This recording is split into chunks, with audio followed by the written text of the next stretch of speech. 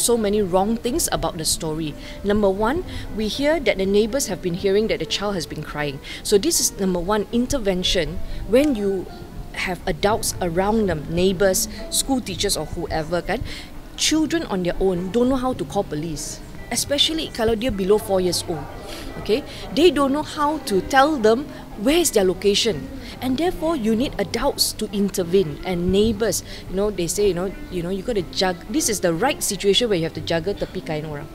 You know, call. If you hear children crying, every day crying, and that kind of loud, traumatic cry, call the police immediately and intervene, because you are the only person in that proximity who can do something.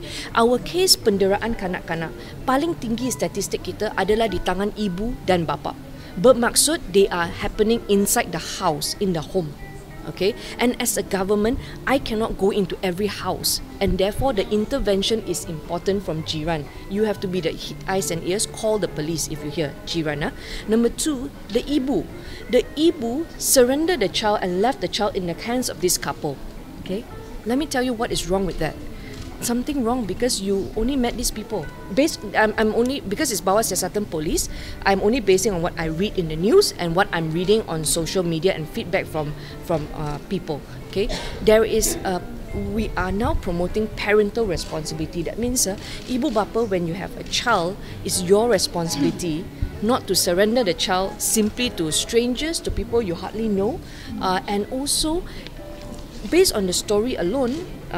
In news, the mother is aware that the child has been suffering abuse in the hands of this man. She has seen those incidents before. Why did she leave the child behind? And therefore, my call is this. My call is for the police. In investigating this case, we have to get to the root cause of this. And therefore, if there is a need to charge the mother also for neglect, because our Akta Kanak-Kanak has very broad powers given to the government to charge for people who neglect or expose the child to dangers. Okay? And this is a classic case where a young girl is left in the hands of people who are not related to her, family relations, and nobody knows what has happened to her.